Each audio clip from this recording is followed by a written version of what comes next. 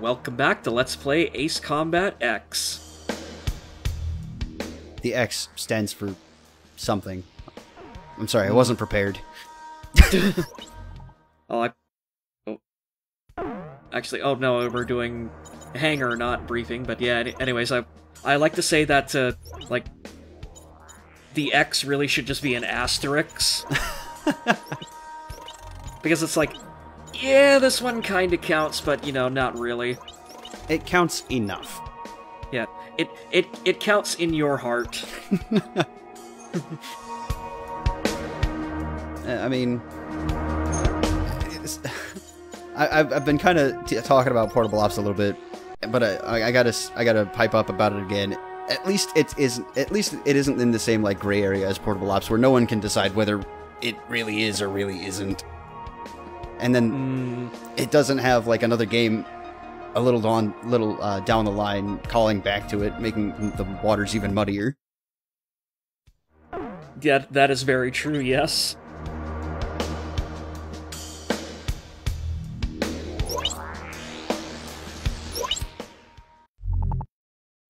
Intelligence reports that Laceth forces are airlifting munitions from Port Patterson to Santa Elva. We think the munitions are for the airborne fortress Gleipnir. At this moment, there is no information on the enemy transport corps formation. Regardless, the mission will be considered a failure if even one of the enemy transport planes escapes out of the combat zone.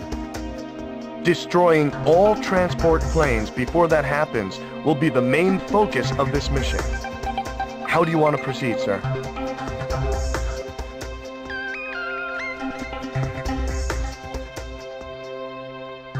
So, yeah, so basically this one follows up off of Captive City, and it's one, again, like I said, one of those ones where it's actually only playable and only unlocked if you do Rolling Thunder and you let the Gleipnir get away and you let Port Patterson be retaken. So this is coming up after we've retaken the city, and now basically we have to do this mission and take out all these supplies. Otherwise, if we just ignore this one and go on to Santa Elva to face the Gleipnir, like the Gleipnir's going to be that much more powerful. Hard mode. Pretty much, yeah.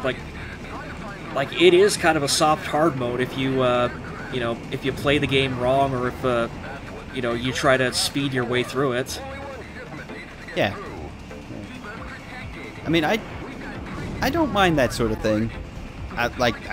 So far from what I've seen and heard, this game hits some design decisions that I am not opposed to. Whoa, whoa, whoa, whoa. Oh yeah, there's, again, a couple of close calls here and there.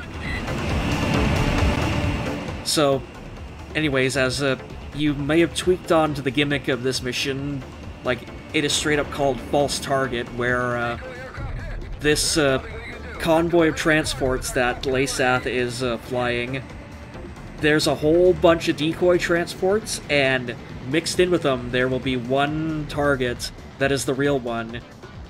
And you kind of saw like the gimmick slowly revealing itself very briefly, like at the start of the mission, but because the real transport is loaded with heavy supplies, it can't reach the same altitude as the fake transports can.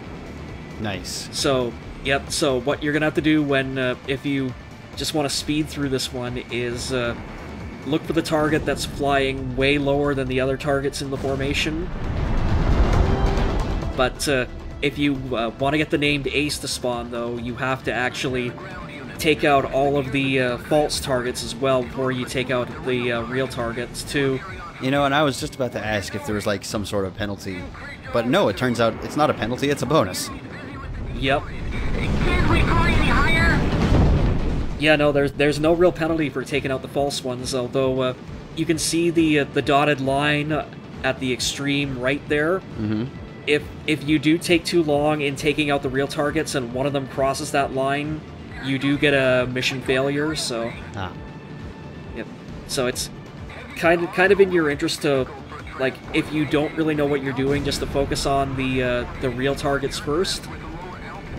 But, you know, I figured since we've unlocked the Foxhound, you know, the thing is like just a giant scramjet with a gun attached to it, so, you know, we'll take this one out so I don't have to worry too much about, you know, letting the transports get too far out ahead of me. Yeah. I mean... Although the... So far...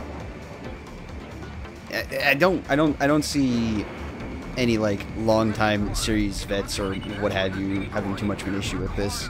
So far, it seems fairly manageable. Yeah, like, my only real complaint with it, and it's something that carried over into Ace Combat 7 too, was the heavier targets like bombers, transports, and tanks take multiple missiles to bring down. Mm-hmm. Like, you know, regular fighters, they take like 2 missiles to go down, but like, and normal ground vehicles take like 1 missile, but like tanks take 2 to actually kill, and like even just like bigger standard planes like the MiG-31 and the A-10 will take 3 missiles to go down. Yeah. And against, like, same thing with the like transports and bombers and whatnot too, and it's like, you know, that gets a little bit annoying when you're coming from you know, like the Golden Trilogy games where like it only takes 2 missiles to down planes like that. Yeah. The good old double tap. Mm-hmm. Like, especially like when you're playing with planes that have a fairly long standard missile reload time, like it just makes it really obnoxious that you have to go for the 3rd one. Yeah. So, does this game have like any of the incredible, super powerful special weapons like the I don't remember which one it is, but the 8-way missile? No, I think it tops out at like 6 AAMs. Ah. But it does have like the Falcon is in this one, and the laser is in it. Ah, nice. And the exclusive superplane that shows up in this one, the Fenrir, also has like basically the MPBM on steroids. Nice.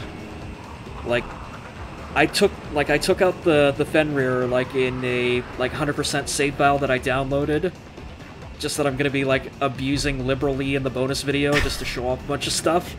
And like, you fire one like SWBM from it, and half the map disappears. Nice. Yup. Like, probably mid-game AC7, I found one of the weapons, and I don't think I've had more joy playing one of these games than then, at that very moment. Oh, is it the railgun?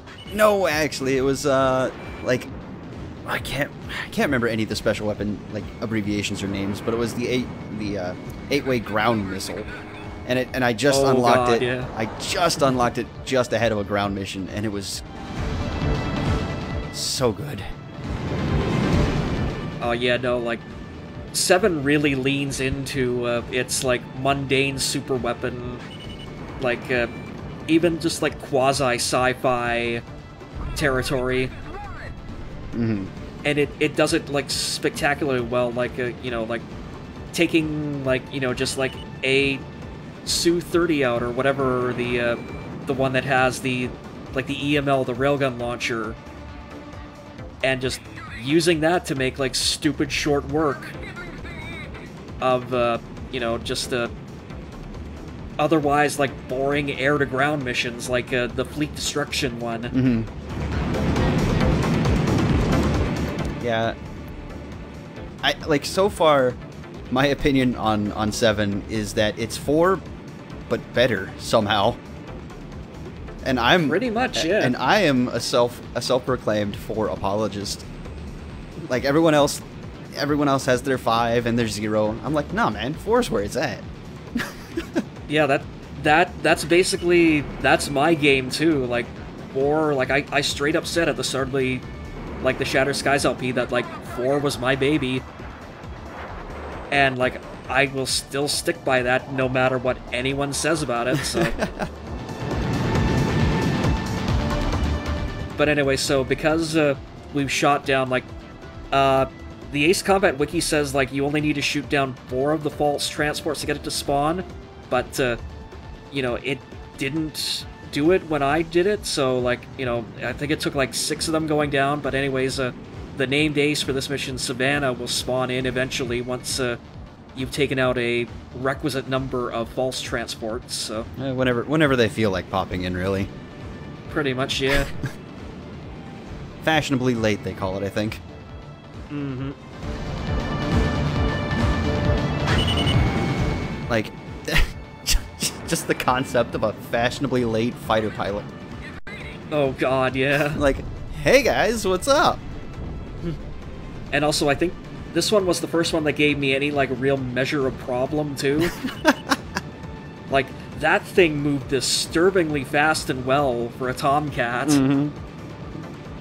Also, neat little detail with the weather here, so, also this star target spawns in basically right at the upper altitude ceiling for pretty much any playable plane you get, so you actually have to go up above the clouds and you can, like, actually see, like, blue sky and bright sun, whereas if you're playing this at, like, the normal operation level for the mission, you're going to be flying, like, in the clouds and in some cases under them, so it looks like the same crappy, shitty day it was during, oh, I'm blanking on the name of 4A, but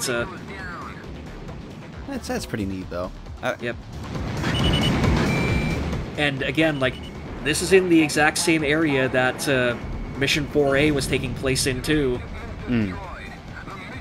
So, like I said, they are very, like, thorough and economical in reusing their assets, but not making it look like they're reusing anything. Yeah, yeah. This should prevent the enemy from gaining Fantastic work, really. I mean, missions are sure to be less dangerous thanks to even your efforts. I'm even impressed that they got the ribbon replays to work even half as well as they look like they do. On like a PSP, because like it looks simple, but I know it's anything but, probably.